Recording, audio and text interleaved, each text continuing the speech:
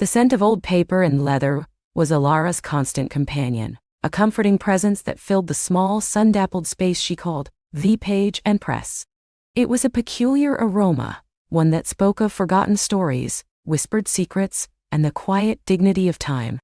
For Ilara, it was the smell of home. She had arrived in Oakhaven 6 months ago, a quiet haven nestled between rolling emerald hills and the restless shimmer of the sea. The town was a patchwork of cobblestone lanes, stone cottages adorned with climbing roses, and independent shops that hummed with a gentle, unhurried rhythm. It was a stark contrast to the bustling city she'd left behind, a place where the noise had always felt too loud, the pace too frantic.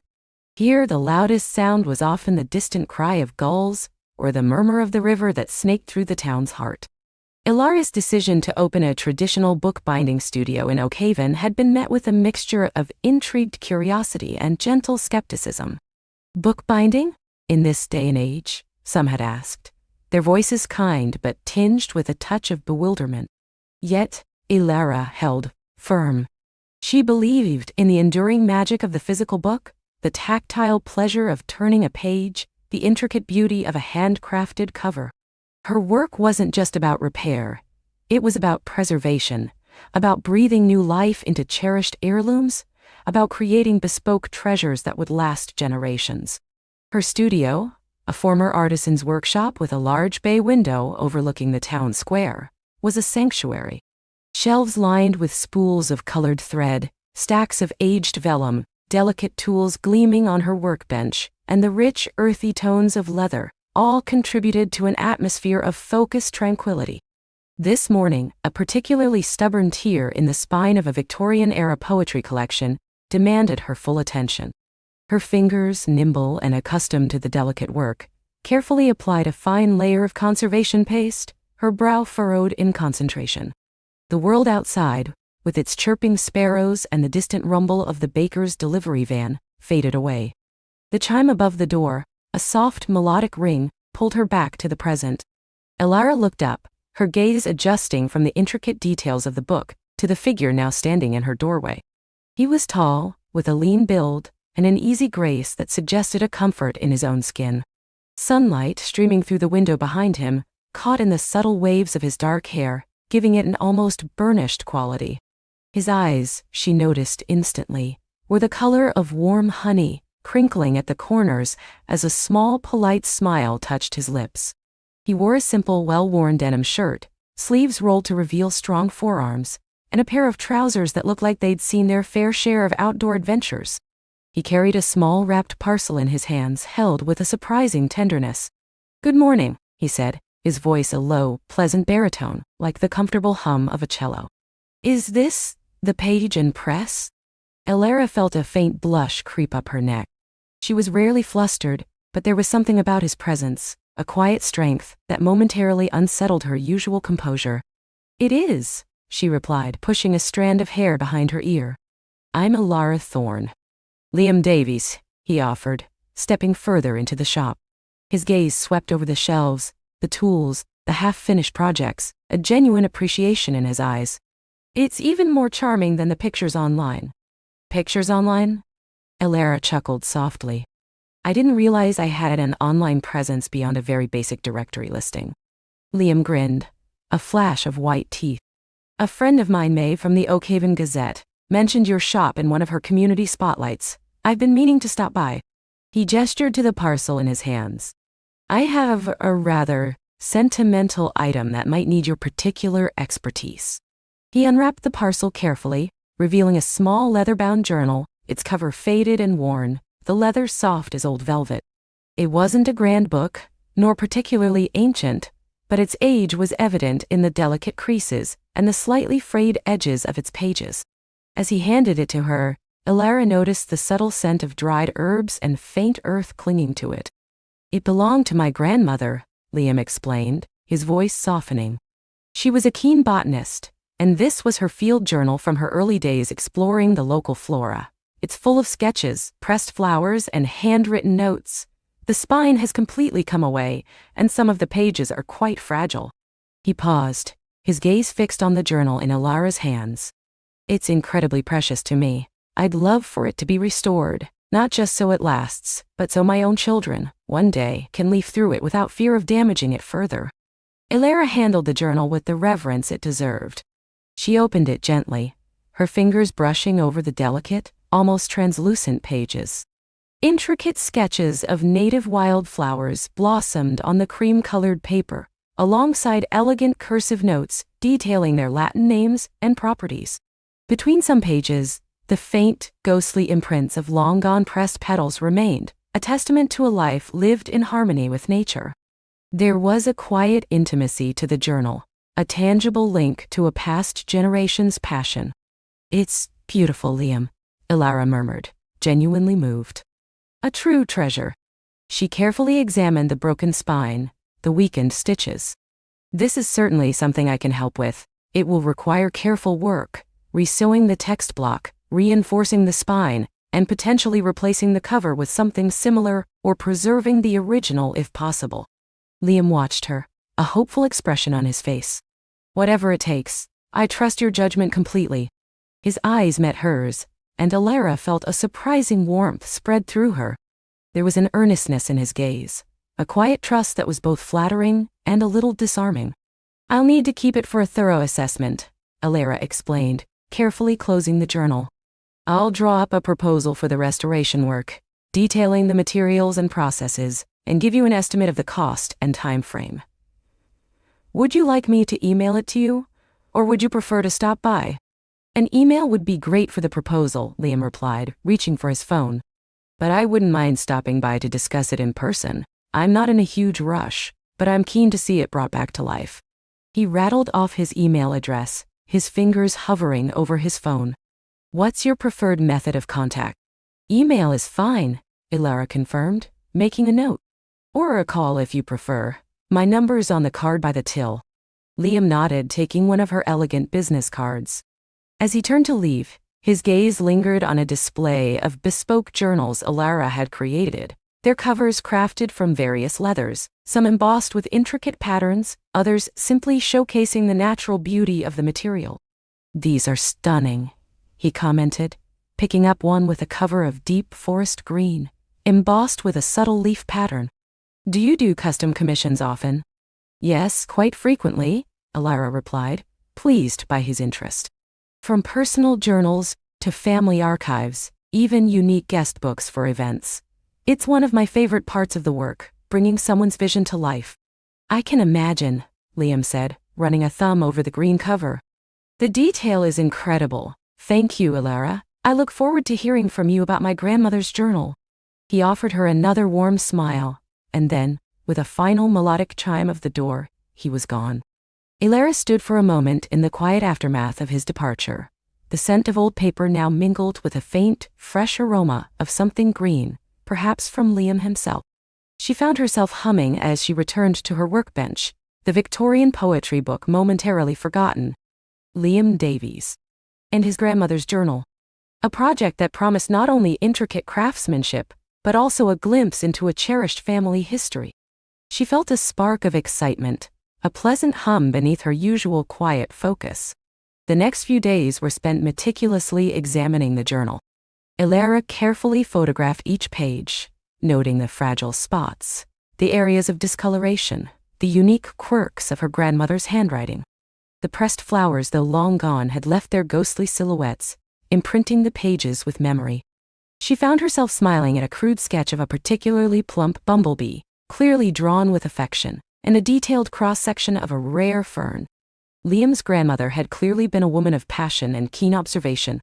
Ilara drafted a comprehensive proposal, outlining the conservation techniques she planned to employ, strengthening the paper fibers, resewing the text block using archival linen thread, creating a new sturdy spine, and encasing the original worn leather cover in a protective custom-fitted clamshell box, or perhaps integrating it into a new, more robust cover, depending on their discussion.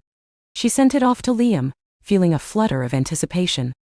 His reply came swiftly, a simple email expressing his gratitude and asking if she might have time to discuss it in person the following afternoon. Ilara found herself looking forward to it. Liam arrived precisely on time, bringing with him a small, potted cyclamen, wrapped in brown paper. A small thank you for taking such care, he said, handing it to her. I know how precious these things can be. It's beautiful, thank you, Alara said, genuinely touched by the gesture. She placed it on the counter, its vibrant pink petals a cheerful splash of color in the subdued tones of the shop. They settled at a small table in the corner of her studio, the journal laid out between them. Alara explained her proposed methods, showing him examples of different leathers and archival papers. Liam listened intently, asking thoughtful questions, his honey-colored eyes alight with interest. So, you think preserving the original cover rather than replacing it entirely is the best approach? He asked, tracing a finger over the faded leather. Given its sentimental value, absolutely, Alara confirmed. We can stabilize it, treat the leather to prevent further degradation, and then create a new protective structure around it. It allows the original spirit of the journal to remain intact while ensuring its longevity. That sounds perfect, Liam said, a look of relief washing over his face. It means a lot to me that it will still feel like hers. Their conversation flowed easily, moving beyond the technicalities of bookbinding. Liam revealed that he was a landscape architect, working primarily with restoring and designing natural gardens and public green spaces. I work with the land, you work with the stories it holds, he mused, a thoughtful smile on his face. There's a beautiful symmetry in that, don't you think? Alara nodded, a warmth blooming in her chest. I do. We both deal in preservation, in a way, you with living things, me with the echoes of lives lived. He spoke of his love for Oakhaven, how he'd moved back after years in the city, to be closer to his aging parents, and to rediscover the slower pace of life. There's a quiet magic here, he said, gesturing vaguely towards the window overlooking the square. It's the kind of place where you can hear yourself think, and where the stories aren't shouted, but whispered. Alara felt a jolt of recognition. Whispers in the very essence of her own connection to the town. I felt that too, she admitted, her voice softer than usual. It drew me here. I think I was tired of the noise, of feeling like I was constantly shouting to be heard. Liam's gaze was gentle. You don't need to shout here, Alara. People listen. His words settled over her like a warm blanket, a comforting assurance she hadn't realized she needed. She often felt a quiet intensity about her work, a deep passion, but sometimes the world felt too loud to truly appreciate it. Here with Liam she felt seen, understood. They talked for over an hour, the late afternoon sun casting long shadows across the shop floor. Liam shared anecdotes about his grandmother's eccentricities, her unwavering dedication to cataloging every plant, no matter how common. Alara found herself laughing, a light, genuine sound that surprised even herself. She spoke about her journey into bookbinding, her fascination with the history of books, the meditative rhythm of the craft. It's more than just a job, isn't it? Liam observed, his voice soft. It's a calling. It is, Alara agreed, meeting his gaze. It feels like I'm a guardian of stories, of memories. Each book has its own unique voice, its own history. Just like each garden has its own unique spirit, Liam countered, a playful glint in his eyes, and needs a careful hand to help it flourish. Before he left, they finalized the details for the journal restoration. Liam paid the deposit, his movements unhurried. As he stood by the door, he paused, turning back to her. Thank you, Alara, he said, his smile genuine and warm. Not just for taking on the journal, but for the conversation. It was lovely. It was, Alara echoed, feeling a pleasant warmth spread through her. I'll keep you updated on the progress. Liam nodded, then stepped out into the fading light, leaving Alara once again amidst the comforting scents of her shop. The cyclamen on the counter seemed to glow, its pink petals a reminder of his thoughtful gesture. Over the next few weeks, Alara immersed herself in the restoration. It was intricate, painstaking work, requiring a steady hand and immense patience. She carefully cleaned each page, applied Japanese tissue where needed to reinforce tears, and meticulously resewed the text block, strengthening its core. As she worked, she felt a deeper connection not just to the journal, but to Liam's grandmother, and by extension, to Liam himself. She learned about the local flora through the grandmother's notes, glimpsed a passion that mirrored her own dedication to her craft. Liam, true to his word, would occasionally stop by. Not always for updates on the journal, but sometimes just to say hello, to bring a freshly baked scone from the local bakery, or to share a discovery he'd made on a walk through the nearby woods. These visits were brief, never intrusive, but always welcome. Elara found herself anticipating them, a subtle lift in her spirits whenever she heard the gentle chime of her shop door. One particularly rainy afternoon, Liam arrived with 2 steaming mugs of coffee from the cafe down the street. "Thought you might appreciate a warm-up," he said, placing one on her workbench. "Looks like a day for quiet work and good company." Elara smiled, her fingers still hovering over a delicate page. "You're right on both counts. Thank you, Liam." He leaned against a bookshelf, watching her work for a moment, the quiet comfort between them growing stronger with each visit. "You know," he began, his voice thoughtful, "I was looking through some old maps of Oakhaven the other day, for a project I'm working on for the town council. There's a small patch of land just by the river that used to be a community herb garden centuries ago. It's overgrown now, but the bones are still there." Elara looked up, intrigued. "A community herb garden? That sounds wonderful." "It does, doesn't it?" Liam mused. "I've been thinking about what it would take to bring it back to life. A place where people could grow their own herbs, maybe even share knowledge, like a living library." He paused, a hopeful glint in his eye. "It would need a lot of hands, of course, and perhaps some help with documenting the history of the garden, maybe even creating a new journal for it, to record its new life." He gestured subtly to the journal on Elara's workbench. "A bit like this one, but for a new generation." Elara felt a thrill of interest. A new journal, a living library, a community project. It was a beautiful idea, perfectly in sync with the spirit of Oakhaven. Her gaze drifted from the journal to Liam, then back to the cyclamen on the counter, its vibrant petals a quiet splash of color. Thought of working with him, of seeing his vision come to life, felt incredibly appealing. "That sounds like a truly lovely project, Liam," she said, her voice soft but firm. "And I think I know just the person who could help you with that." She met his gaze, a small knowing smile playing on her lips. "If you're looking for someone to help create its story." Liam's smile widened, a genuine, heartwarming expression that reached his eyes. "I was rather hoping you might say that, Elara." The rain continued to patter gently against the window pane, a soothing rhythm that underscored the quiet promise in the air. The whispers of Oakhaven and perhaps something more were just beginning. Elara felt a warmth spread through her chest, a pleasant counterpoint to the chill of the evening air that still lingered in the old house. "Well, Mr. Davies," she began, a playful lilt in her voice, "it seems we have a story to uncover, doesn't it?" Liam chuckled, a low, rich sound. "Liam, please, and yes, Elara, a story indeed, though I suspect it won't be a simple one." He gestured vaguely around the grand drawing room, the fire casting dancing shadows on the high ceilings. "Where do we even begin?" "Every good story needs a beginning, a middle, and an end," Elara mused, stepping closer to the fireplace, letting the heat soak into her. "But for a house like this, the beginning is often a tapestry of many smaller threads. We need to find its heart, its essence." She turned to face him, her eyes sparkling. "Perhaps we start with the most obvious question. Why Oakhaven? What drew to it?" Liam leaned back against the mantelpiece, considering. "That's a good question. I've always been drawn to places with history, places that have stood the test of time. My work, restoring old manuscripts, finding the hidden narratives within forgotten texts.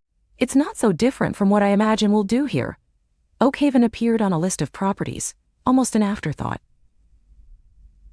"But when I saw the pictures, something resonated. And when I stepped through the door for the first time, it was more than just a house." He looked around, a thoughtful expression on his face. Or someone. His gaze met hers again, and for a moment, the air crackled with unspoken understanding. Elara felt a blush creep up her neck, but she held his gaze steadily. "I know that feeling," she confessed softly. "As a novelist, I often feel a story calling to me, almost demanding to be told. This house, it's practically shouting." "So, what's your process?" Liam asked, pushing off the mantel, moving towards a heavy oak table in the center of the room. "Do you just wander and wait for inspiration, or do you have a more structured approach?" Elara smiled. A bit of both, honestly. I like to immerse myself, to feel the echoes of the past. But I also believe in research. Old records, local archives, maybe even talking to the oldest residents of Oakhaven Village. They might remember snippets, anecdotes, legends. She walked over to the table, running her hand over its polished surface. But for now, tonight, I think we should just be here. Let the house introduce itself. Perhaps over a cup of tea? Liam's eyes lit up. Tea sounds perfect, and I happen to have just finished unpacking the kitchen essentials. Follow me. He led her through a wide archway, down a short corridor, and into a surprisingly modern kitchen. While the rest of the house spoke of elegant age, this room had been subtly updated, with sleek, dark countertops and stainless steel appliances that blended seamlessly with the original wooden cabinetry. It was clear he valued both history and comfort. Remarkable, Elara murmured, taking it all in. They managed to modernize without losing the soul of the room. My thoughts exactly, Liam said, already filling a kettle. The previous owner had a good eye for respectful renovation. Saved me a lot of work, thankfully. He gestured to a small, cozy breakfast nook by a window overlooking the now dark gardens. Make yourself comfortable. Earl Grey or chamomile? Earl Grey, please, Elara replied, settling onto the plush banquette. She watched him move with an easy grace, his long fingers deftly navigating teacups and a kettle. There was a quiet competence about him that she found incredibly appealing. He wasn't flashy or boisterous. His charm was in his understated confidence and the genuine warmth in his eyes. He brought over 2 steaming mugs, a small plate of shortbread cookies he'd apparently unearthed, and sat opposite her. So, Elara, he began, taking a sip of his tea. Tell me about your novels. What kind of stories do you tell? Mostly historical fiction with a strong romantic element, she explained, stirring her tea. I love exploring the lives of ordinary people caught in extraordinary times, or finding the grand passions hidden within quiet lives. My last book was set in a Victorian country estate, much like this one, actually, about a governess who falls in love with her employer's enigmatic younger brother. Sounds captivating, Liam said, a genuine interest in his voice. And you weave in real historical details? Always. That's where the storyteller of forgotten tales comes in. I spend months in research, digging through old letters, diaries, census records, even fashion plates. I believe the truth, or at least the echoes of it, adds a layer of richness that pure invention sometimes lacks. She took a bite of shortbread, savoring the buttery sweetness. What about your work? You mentioned restoring manuscripts? Yes, he nodded. I specialize in medieval and early modern texts, everything from illuminated manuscripts to forgotten personal letters. The goal is to preserve them, of course, but also to bring their stories back to life, to understand the hands that wrote them, the minds that conceived them, the world they lived in. He smiled faintly. It's a lot like being a detective, trying to piece together fragments of a puzzle. A detective of history, Elara mused. I like that. So, what's the most fascinating thing you've ever unearthed? Liam paused, a far-off look in his eyes. There was a collection of letters, found hidden behind a loose brick in an old manor house library. They were from a young woman, writing to her fiancé who was away at war. But as the letters progressed, a different story emerged. She'd fallen in love with the estate's groundskeeper, a quiet, scholarly man who shared her passion for botany. The letters to her fiancé became more and more stilted, while a separate, clandestine journal detailed her deepening affection for the groundskeeper. Was it heart-wrenching to... And what choice did she make? Elara asked, leaning forward, completely engrossed. Liam's eyes twinkled. She broke off the engagement, forfeited her inheritance, and eloped with the groundskeeper. They lived a simple, happy life, documented in the last few entries of her journal, which was hidden within a pressed flower in the final letter. They never had much, but they had each other, and a love that bloomed against all odds. Elara let out a soft sigh. That's beautiful, Liam. Truly. It's exactly the kind of story that reminds us that human hearts have always sought connection, no matter the era. She felt a kinship with him, a shared appreciation for the quiet dramas of the past. The rain outside had softened to a gentle drizzle, and the silence in the kitchen, punctuated only by the soft hum of the refrigerator, was comfortable, not awkward. They lingered over their tea, sharing anecdotes about their work, discovering more common ground than either might have expected. It felt less like a professional meeting, and more like two kindred spirits finding each other. "It's getting late," Alara eventually said, glancing at the clock on the wall. "I should probably head back to the cottage." Liam frowned slightly. "Are you sure? It's still quite dark, and the path to the village can be a bit muddy after all this rain. I have several guest rooms. You'd be more than welcome to stay." He quickly added, "Of course, no pressure at all. Just a thought." Alara hesitated. The idea of staying, of continuing this intriguing conversation, was undeniably appealing. And the thought of navigating the dark, potentially slippery path back to her cottage did sound a little daunting. "Are you sure it wouldn't be an imposition?" "Not at all," he assured her, rising from the table. "This house has more rooms than I know what to do with, and it would give us a head start on tomorrow's exploration." He offered her a warm smile. "Consider it part of the research, immersing yourself in the subject matter." She laughed, a genuine joyful sound. "You make a compelling argument, Mr. Davies." "Liam," he corrected gently. "Liam," she repeated, feeling the name settle comfortably on her tongue. "All right then, I accept your generous offer, but only if I can help you in some way in the morning, perhaps with breakfast?" "Deal," he said, his smile widening. "Come on, I'll show you to the rose room. It has a lovely view of the gardens, even in the dark." He led her back through the drawing room, the fire now a comforting glow, and up the grand sweeping staircase. The banister was smooth and cool under her hand, worn to a soft sheen by generations of touch. The air on the upper landing was cooler, carrying a faint scent of lavender and old wood. He opened a door on the right, revealing a spacious room bathed in the soft glow of a bedside lamp. The room was decorated in muted floral patterns, with a large four-poster bed draped in crisp white linen. A delicate rose-patterned wallpaper adorned the walls, and a small writing desk sat by the window. It felt instantly welcoming and serene. "It's beautiful, Liam," Alara breathed, stepping inside. "I thought you might like it," he said, gesturing towards a door. "En suite bathroom, freshly cleaned. There are some clean towels in the cupboard. I'll leave you to get settled. My room is down the hall. If you need anything at all, just shout." "Thank you, Liam," she said, genuinely touched by his thoughtfulness. "This is very kind of you." He nodded, a warm, reassuring look in his eyes. "Good night, Alara. Sleep well, and dream of Oakhaven's stories." "You too," she replied, a soft smile on her lips. As he closed the door, leaving her in the quiet comfort of the rose room, Alara felt a flutter in her chest. It wasn't just the excitement of the project, it was the unexpected connection with Liam, a man who seemed to understand the language of old houses and forgotten tales as instinctively as she did. She unpacked a few essentials from her small bag, brushed her teeth, and slipped into the luxurious bed. The sheets were cool and soft, the mattress perfectly supportive. Outside, the rain had completely stopped, replaced by the gentle rustling of leaves in the night breeze. Lying there, gazing up at the high ceiling, Alara felt a profound sense of contentment. Oakhaven was indeed beginning to whisper, and she had a feeling its most compelling story might not be found in old ledgers, but in the unfolding present. In drying, the morning light, soft and diffused by a lingering mist, filtered through the windows of the rose room, waking Alara gently. For a moment she was disoriented, then remembered she was at Oakhaven Manor. A smile touched her lips. She stretched, feeling refreshed and surprisingly eager for the day. After a quick shower, she dressed in comfortable jeans and a soft cashmere sweater, feeling ready for a day of exploration.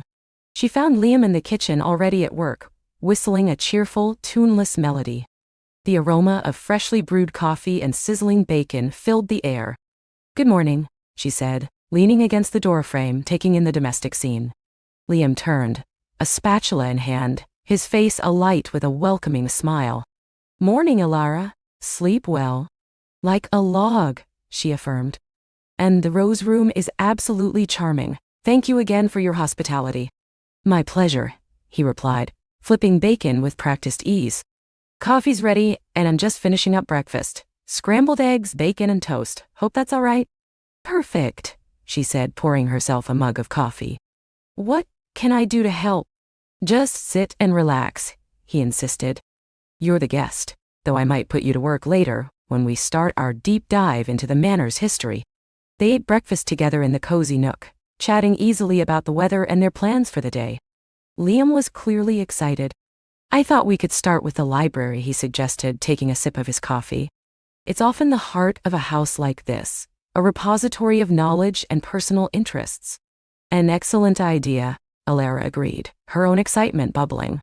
"I always imagine a library holds the collective soul of its inhabitants." After clearing the table, they made their way to the library, a vast room with towering shelves that reached almost to the ceiling, filled with leather-bound books.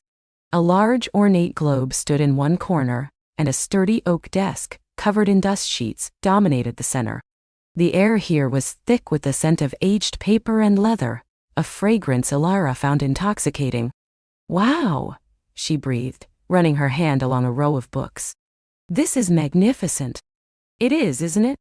Liam's voice was hushed, almost reverent. "I've only really just glanced through these. So many untold stories just waiting." He pulled a dust sheet from the desk, revealing its dark, gleaming surface.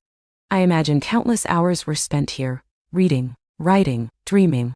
They spent the next few hours in companionable silence, each lost in their own discoveries. Liam meticulously catalogued some of the older, more fragile volumes, making notes in a small leather-bound notebook. Alara, meanwhile, browsed the shelves, occasionally pulling out a book that caught her eye. She found first editions of classic novels, dusty travelogues, and even a collection of poetry inscribed with a delicate flowing hand. "To Eleanor with all my love, H.H." "Look at this," she called out softly, holding up the poetry book. "A dedication? To Eleanor? Do you think she was one of the owners?" Liam came over, peering at the inscription. "Quite possibly. The Davies family owned Oakhaven for generations, but there were other occupants before them.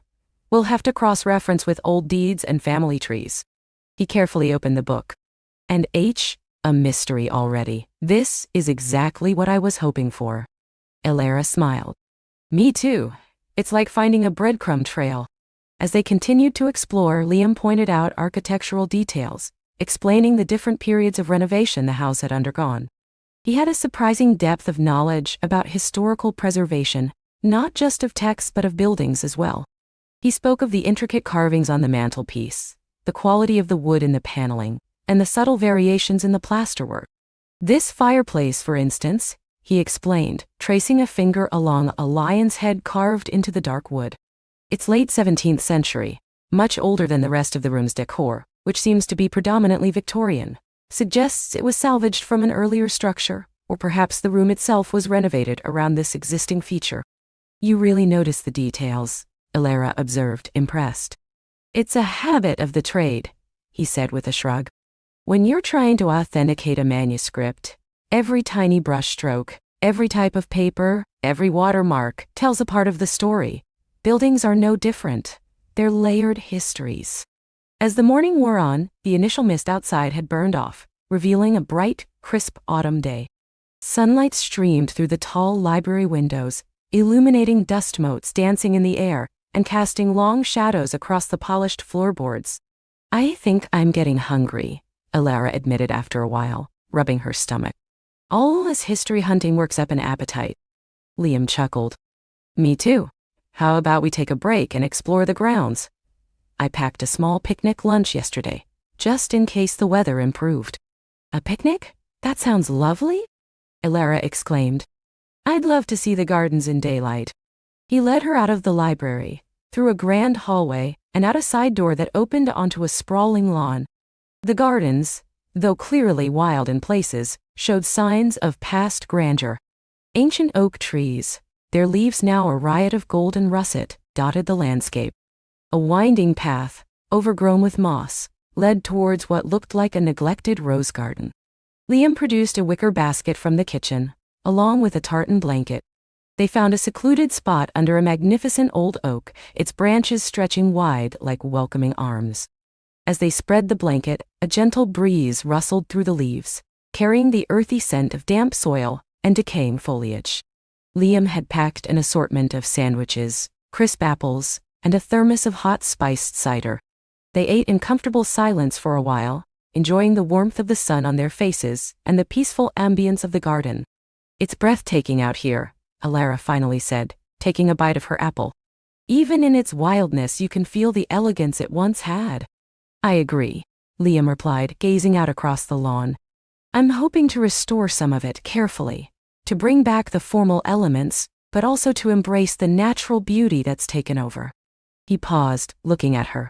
Tell me, Alara, what's your favorite part about telling a story? Is it the research, the writing, the characters? Alara considered this. It's the moment when the characters truly come alive, she confessed. When they start making their own decisions, taking the story in directions I hadn't anticipated.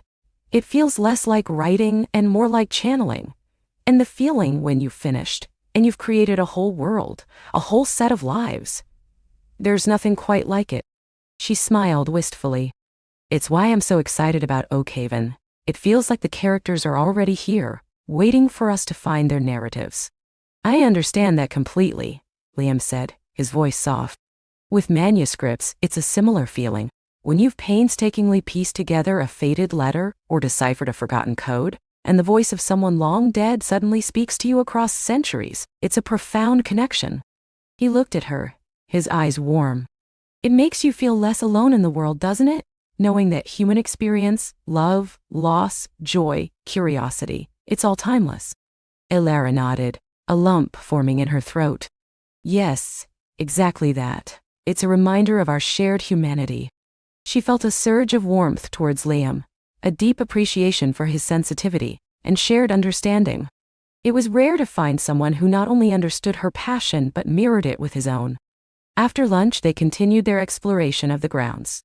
Liam pointed out the remnants of an old stone wall, hinting at a forgotten kitchen garden and a crumbling folly nestled amongst a thicket of overgrown bushes. Alara, ever the storyteller, began to weave narratives around these discoveries.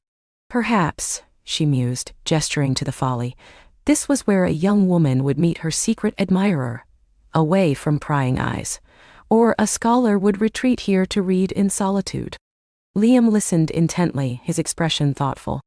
I like that, he said. It gives the stones a voice. We should try to find any old maps or plans of the estate. They might reveal some of these lost features. As the afternoon light began to mellow, casting long, golden shadows, they made their way back towards the manor. The fresh air had invigorated them, and their minds were buzzing with ideas. Before we head back inside, there's one more place I wanted to show you, Liam said, leading her towards a less manicured part of the garden, hidden behind a row of ancient yew trees. They emerged into a small enclosed space, almost a secret garden within the larger grounds. In the center stood a beautifully crafted stone bird bath, surprisingly well preserved, and around it, a cluster of what looked like very old rose bushes, their thorny branches reaching skyward, waiting for spring to awaken them. This was quite hidden when I first saw the place, Liam explained, his voice hushed. It felt special, like a sanctuary. Alara felt an immediate pull to the spot. It is, she agreed, walking towards the bird bath. It feels peaceful, like a place for quiet reflection. She noticed something carved into the base of the bird bath, obscured by a thin layer of moss. Carefully, she scraped it away with her fingernail. What is it? Liam asked, coming closer. Initials, Alara whispered. EM and JD and a date, 1872. Liam's eyes widened. EM and JD could be Eleanor from the poetry book, and perhaps a James Davies, a past owner? It's a strong possibility, Alara said, tracing the initials with her finger. A secret garden, a bird bath, carved initials. It sounds like a perfect romantic rendezvous spot, a declaration of love, perhaps. They stood there for a moment, letting the weight of the past settle around them. The silence was profound, broken only by the chirping of a robin. It was a tangible connection to the people who had walked these paths before them, who had loved and lived within these walls. This is wonderful, Alara, Liam said, his voice laced with genuine excitement. You have a way of seeing the stories, of bringing them to the surface. Alara smiled, feeling a blush warm her cheeks. You're pretty good at unearthing the clues, Liam. We make a good team. He met her gaze, and in his eyes, she saw not just agreement, but a deeper spark. A connection that went beyond professional collaboration. The air between them hummed with a subtle electric energy. We do. he affirmed, his voice a little lower now. A very good team. They walked back towards the manor as the sun began its slow descent, painting the sky in hues of orange and purple. The house, bathed in the fading light, seemed to glow, its old stones imbued with a soft, inviting warmth. Back inside, they made their way to the kitchen to prepare dinner. "I'm not much of a cook," Liam admitted with a sheepish grin, "but I can manage pasta, or we could order something from the village." "I'd be happy to cook," Elara offered. "I love cooking, actually, and I saw some lovely fresh vegetables in the pantry earlier." "Are you sure?" he asked, his eyes lighting up. "That would be fantastic. I'll be your sous chef." So Elara took charge, her movements confident and efficient, while Liam chopped vegetables and fetched ingredients. They worked together seamlessly, the kitchen filling with the comforting aromas of garlic, herbs, and simmering tomatoes. They chatted about their day's discoveries, about the potential identities of Eleanor and JD, and what their story might have been. "I imagine Eleanor as a spirited woman," Elara speculated, stirring a fragrant sauce. "Perhaps a bit unconventional for her time, and JD as her quiet, steadfast admirer, someone who saw beyond societal expectations." "And the poetry book from," Liam mused, carefully slicing mushrooms. "A discarded suitor? Or a secret admirer she never returned affection to?" "Another layer to the mystery," Elara grinned. "The more layers, the richer the story." Dinner was a simple but delicious pasta dish, enjoyed at the kitchen table. The conversation flowed easily, punctuated by laughter. Elara found herself completely at ease with Liam, a feeling she hadn't experienced with someone new in a very long time. His quiet strength, his genuine curiosity, and his thoughtful nature were incredibly appealing. As they finished eating, Liam leaned back in his chair. "Today has been truly wonderful, Elara. Thank you. I feel like we've only just scratched the surface, but already Oakhaven feels less like a house and more like a home with a past that's eager to be heard." "I feel the same way," she replied, her gaze meeting his. "And I'm so glad you asked me to be a part of it." He smiled, a soft, tender expression that made her heart flutter. "I had a feeling you were exactly the right person, more than a feeling, actually. From the moment you walked into the coffee shop, I sensed a kindred spirit." Elara felt a blush rise again, but this time she didn't try to hide it. "I felt it too, Liam." The evening deepened, and a comfortable quiet settled between them. The fire in the drawing room had been rekindled earlier, and its warmth beckoned. They moved there, settling into the armchairs, the soft glow of the flames casting a magical light on the room. "I've been thinking about those initials, EM and JD," Elara said softly, gazing into the fire. "What if they're not just initials of past owners, but a symbol of a love story lost to time, a love that deserves to be remembered? A love that we could help bring back to life," Liam finished, his voice hushed. He leaned forward, his elbows resting on his knees, his gaze fixed on the dancing flames. "Perhaps that's the real story Oakhaven wants us to tell, not just the history of a house, but the heartbeats that echoed within its walls." Elara turned to him, her eyes shining in the firelight. "I think you're absolutely right, Liam. I think that's precisely it." She felt a thrill course through her, a blend of creative excitement and something deeper, more personal. Working with Liam on this project felt destined, like a puzzle piece clicking perfectly into place. And the whispers of Oakhaven, now louder and clearer, seemed to be telling a story not just of the past, but of a promising future unfolding right before their eyes. The manor, with its secrets and its beauty, was bringing them closer together with every shared discovery, every shared smile. And Elara knew, with a certainty that settled deep within her soul, that this was only the beginning. The following weeks unfolded like a beautifully orchestrated dance, each day bringing Elara and Liam closer, both to the manor's heart and to each other's. The crisp autumn air slowly gave way to the soft chill of early winter, painting Oakhaven in hues of frosted silver and muted gold. They spent their mornings poring over architectural plans and historical documents, their heads bent close together, the scent of old paper and Liam's subtle, earthy cologne a constant comforting presence for Elara. Afternoons were dedicated to hands-on work, stripping away layers of aged wallpaper to reveal intricate plasterwork, sanding down centuries-old floorboards that hummed with forgotten stories, or carefully cataloging artifacts found tucked away in dusty corners. Every shared discovery felt like a secret whispered just to them. They found a hidden alcove behind a library bookshelf, revealing a small velvet-lined box containing a collection of delicate, dried wildflowers and a silver locket. Another time, while clearing out the attic, Alara stumbled upon a child's rocking horse, its paint faded but its wooden eyes still holding a spark of innocence. Liam, seeing her tender expression, had reached out to brush a stray strand of hair from her face, his touch lingering, sending a shiver of warmth through her. These moments, small yet profound, became the punctuation marks in their growing narrative. Their conversations flowed effortlessly, from the practicalities of restoration to the philosophical musings on life, art, and the passage of time. Alara found herself sharing details of her city life she hadn't realized she missed until now, the vibrant energy, the endless possibilities. Liam, in turn, spoke of Oakhaven with a quiet reverence, describing the changing seasons, the local characters, and his own dreams for the manor. He spoke of his family's long connection to the area, though he never quite elaborated on any direct ancestral link to Oakhaven Manor itself. It was a detail Alara noticed but didn't press. They developed rituals. Liam would always make the coffee in the morning, a rich, dark brew that filled the temporary kitchen with an inviting aroma. Alara would often bring in freshly baked goods from Mrs. Gable's bakery in town, a gesture Liam always met with a grateful smile and a playful glint in his eyes.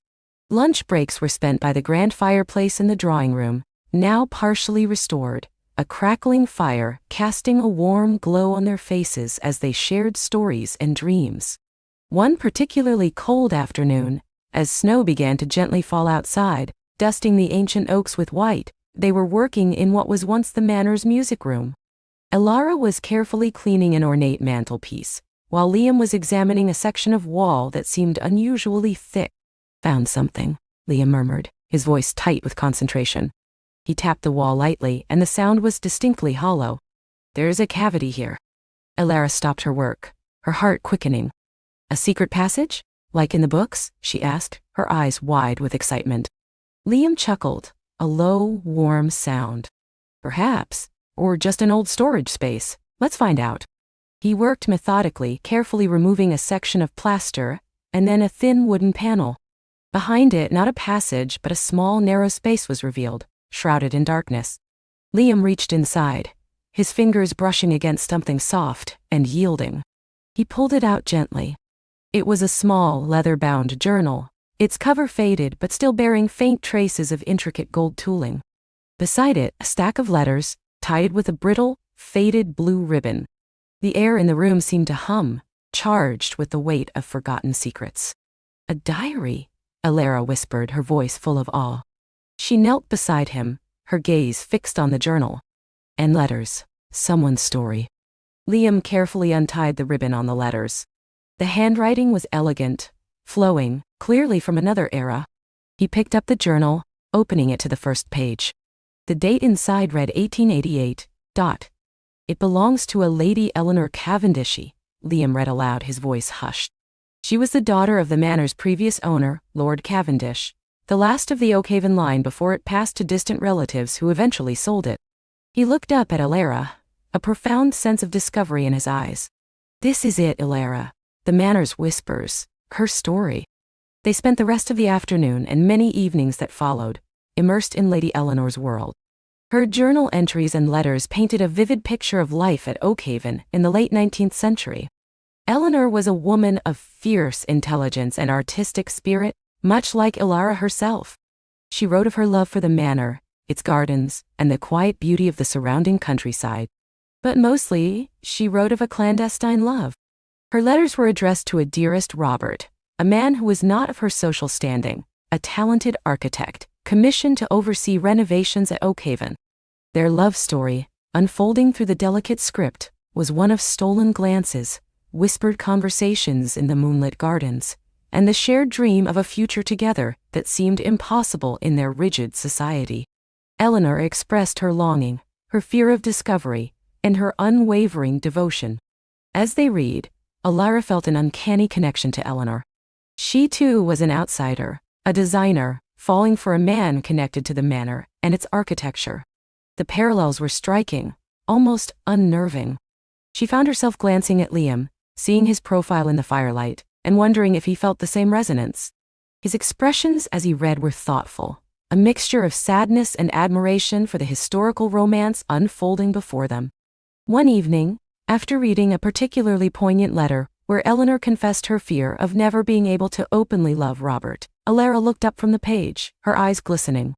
"It's so heartbreakingly beautiful," she murmured, her voice thick with emotion. "To love someone so deeply, and to have to hide it." Liam closed the journal softly, his gaze meeting hers. "Their world was different," he said, his voice gentle. "But the feeling, that's timeless." He reached across the antique table between them, taking her hand in his. His thumb stroked the back of her hand, a simple gesture that sent a jolt through Alara, a silent acknowledgement of the unspoken emotions stirring between them. "Do you think they ever found their way?" Alara squeezed his hand. "I hope so. They deserved happiness." The discovery of Eleanor and Robert's story deepened the emotional landscape of Oakhaven for them both. It wasn't just a physical restoration anymore. It was an act of honoring a forgotten past, a testament to enduring love. Alara found herself thinking about Eleanor and Robert constantly, their story a constant hum beneath the surface of her own burgeoning feelings for Liam.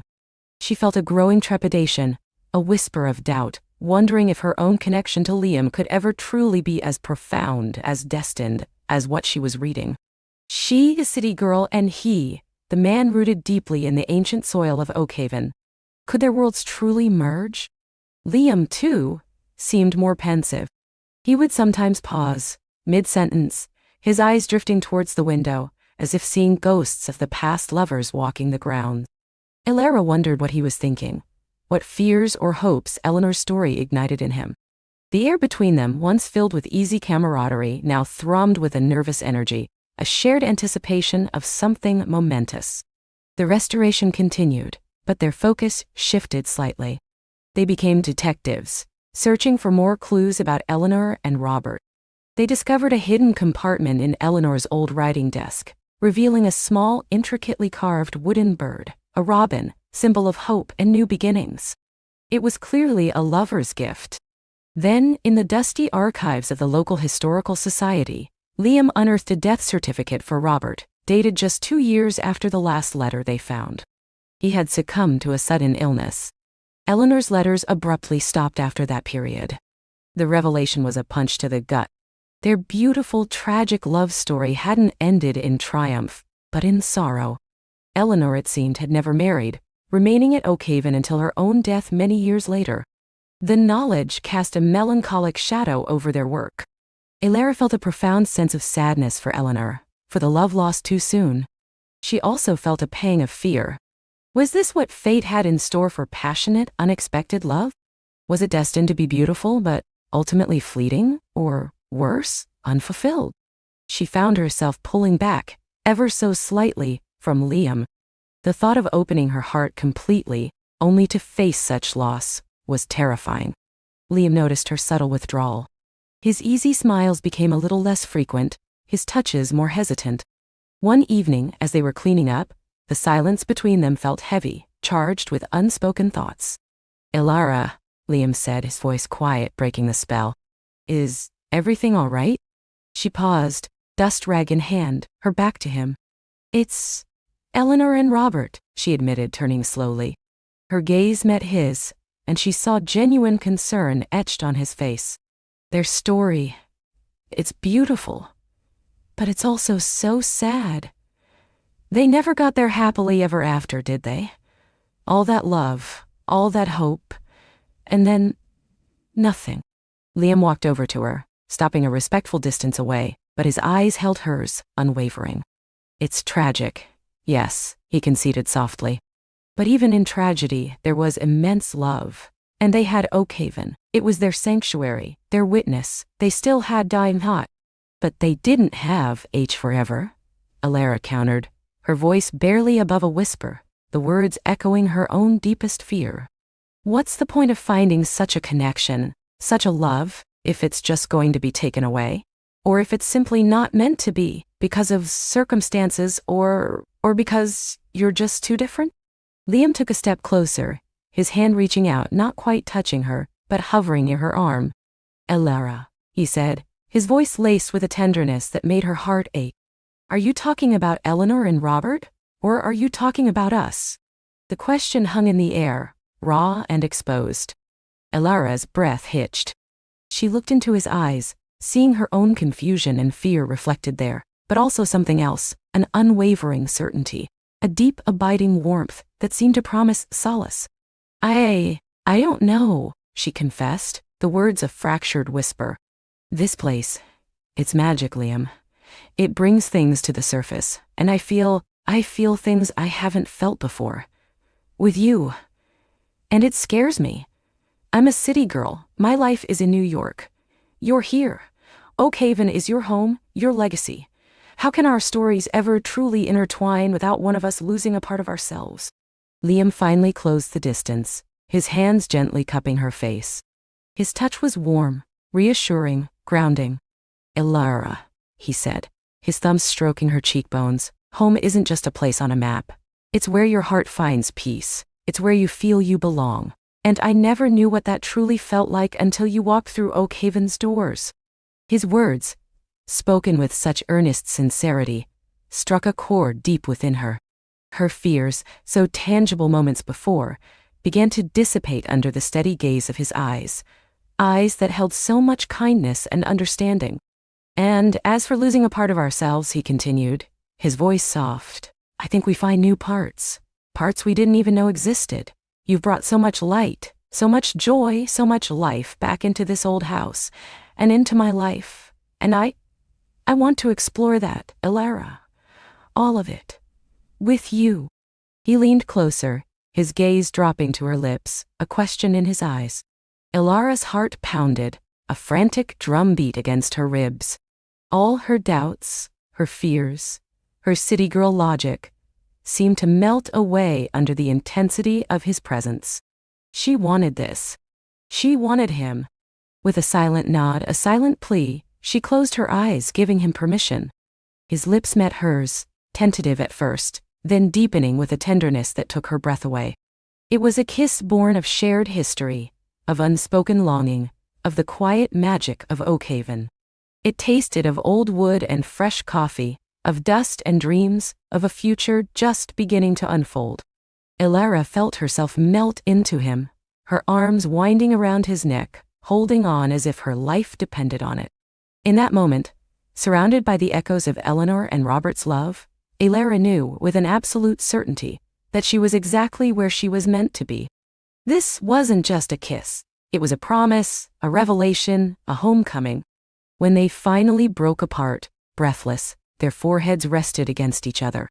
Liam's eyes, dark and full of emotion, searched hers. Elara, he whispered, I think I'm falling in love with you. A profound sense of relief washed over Elara, followed by an exhilarating surge of joy. She smiled, a genuine, radiant smile that reached her eyes. I think I'm already there, Liam, she confessed, her voice husky with emotion. I think I have been for a while. Their confession cleared the air, replacing the nervous tension with an exhilarating lightness. The restoration of Oakhaven, once a shared project, now felt like a metaphor for their own burgeoning relationship, a beautiful future meticulously built, brick by brick, heart by heart. In the days that followed, their affection blossomed openly. Subtle touches became lingering caresses, shared glances became sustained gazes full of adoration. They worked side by side, their hands often brushing, their laughter echoing through the grand, slowly transforming rooms. The manor, far from being a reminder of lost love, now felt like a benevolent matchmaker, its ancient walls imbued with the warmth of their newfound happiness. One chilly morning, as they were discussing the final touches for the grand ballroom, Liam received a call. It was from a distant relative, a genealogist who had taken an interest in the Oakhaven lineage after Liam had mentioned their discovery of Eleanor's journal. Liam listened intently, his expression shifting from curiosity to surprise, then to utter disbelief. He ended the call, his eyes wide, a strange mixture of awe and wonder on his face as he turned to Elara. You won't believe this, he said, his voice barely a whisper. The genealogist. He found something. About Robert. Elara's heart quickened. What about him? Robert? His full name was Robert Thorne, Liam explained, pacing slightly. He was indeed an architect, a brilliant one for his time, but he wasn't just some local talent. He came from a family of master builders, a line that had worked on grand estates for generations. And he had a sister, a younger sister, who was an artist, a painter of miniatures. Her name was Clara. Elara frowned. Clara? What's the significance? Liam stopped, his gaze fixed on her. My great-great-grandmother's name was Clara Thorne. She was an artist, a painter of miniatures, and she had a brother, Robert, an architect. My family passed down stories of an Uncle Robert, a talented but tragic figure, whose heart was broken by an aristocratic lady. They never named her, just that she was out of his league. They never named her, just that she was out of his league. Elara gasped, her hand flying to her mouth. You mean, Robert was your ancestor? Liam nodded slowly, a profound sense of destiny settling over his features. And Eleanor, she was the Lady of Oakhaven, the manor, the history, the whispers. It's all connected, Elara. Eleanor was your ancestor, wasn't she? Elara felt a thrill, a shiver running down her spine. My grandmother, she always spoke of a great Aunt Eleanor, a woman who never married, who had an artistic soul, and a great love for an old family estate, though she never named the estate. She said Eleanor had a secret admirer, a man who gave her a carved wooden robin. The robin, it was passed down through generations. It's on my mantelpiece in my New York apartment. It's on my mantelpiece in my New York apartment. Liam's eyes widened further. The robin, the one we found in Eleanor's desk, it was a gift from Robert. The realization settled over them like a warm blanket, a breathtaking confirmation of the extraordinary connection they had felt from the very beginning. Eleanor Cavendish and Robert Thorne. Elara Vance and Liam Thorne. Two couples, separated by a century, brought together by the enduring magic of Oakhaven Manor, by a love that transcended time and circumstance. It wasn't just a love story in these walls, Elara whispered, tears pricking her eyes, a joyful, profound understanding washing over her. It was your story, Liam, written 100 years ago, waiting for us to find it, to finish it. Liam pulled her into a fierce embrace, holding her close, his chin resting on her head. They didn't get there happily ever after, Elara, he murmured, his voice thick with emotion. But we can, we willing, for them, for us. The final weeks of the restoration project were imbued with a renewed sense of purpose and joy. The grand ballroom, with its newly polished parquet floors and restored frescoes, glowed under the soft light of evening. The library, once a forgotten space, now housed Eleanor's journal and letters, displayed reverently in a glass case, a testament to a love that had paved the way for another. The manor, no longer a relic of the past, was a vibrant, living home, humming with the promise of a bright future. As the official unveiling approached, Elara faced her own truth. Her life in New York, once so fulfilling, now felt distant, less vibrant without Liam by her side. Her work at Oakhaven wasn't just a project, it was a revelation, showing her where her heart truly belonged. She loved the quiet charm of Oakhaven, the sense of community, the rhythm of a life connected to nature and history. And she loved Liam, with a depth and certainty that eclipsed any previous attachment. One evening, as they stood in the newly restored gardens, the first stars beginning to pepper the twilight sky, Elara turned to Liam, her heart full. I'm not going back, Liam, she said, her voice soft but firm. Not permanently. I'm staying. Oakhaven. It feels like home. You feel like home. Liam's face broke into a wide, radiant smile, his eyes sparkling with unshed tears. He pulled her into his arms, kissing her with a passion that spoke of relief, joy, and boundless love.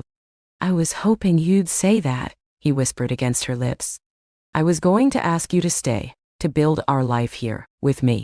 He then knelt, not in a grand proposal, but a quiet, earnest gesture, pulling a small velvet box from his pocket. Inside, nestled on a bed of cream satin, was a delicate silver ring, intricately carved with a tiny robin.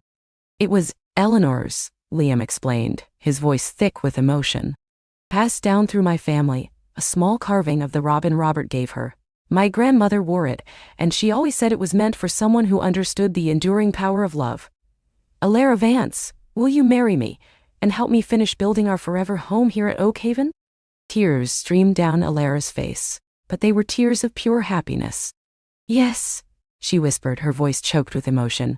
1,000 times yes. He slipped the ring onto her finger, a perfect fit, a tangible link to the past, and a shining promise for the future. As he rose, he embraced her tightly, spinning her around under the starlit sky. The grand opening of Oakhaven Manor was a resounding success. The local community flocked to see the transformation, marveling at the beauty Alara and Liam had unearthed. Mrs. Gable hugged Alara tightly, whispering, "I knew it, dearie." Alara and Liam stood together, hands intertwined, greeting guests, their faces glowing with happiness. The manor, once slumbering, was alive again, filled with laughter, music, and the promise of a future. They had not only restored a historic building, but had also woven their own love story into its very fabric, a testament to the enduring power of connection, destiny, and the heart's yearning for home. As the last guest departed, Alara and Liam walked through the quiet, beautifully lit rooms of Oakhaven. The fire crackled softly in the drawing room, casting dancing shadows on the walls. Alara leaned her head against Liam's shoulder, feeling utterly content. "Do you think Eleanor and Robert are watching?" she mused aloud, a gentle smile on her face. Liam kissed the top of her head. "I think they're smiling. I think they're finally at peace, knowing their story led to ours." He squeezed her hand, the robin ring gleaming softly in the firelight. "This is our beginning, Alara, our home, our Oakhaven." And Alara knew with a certainty that settled deep within her soul that this was not just the beginning of their life together, but the joyous culmination of a love story, whispered through generations, finally finding its voice, its home, and its forever within the hallowed, heartwarming walls of Oakhaven Manor. The whispers had indeed told a story, not just of the past, but of a promising future that had unfolded more beautifully than she could have ever imagined.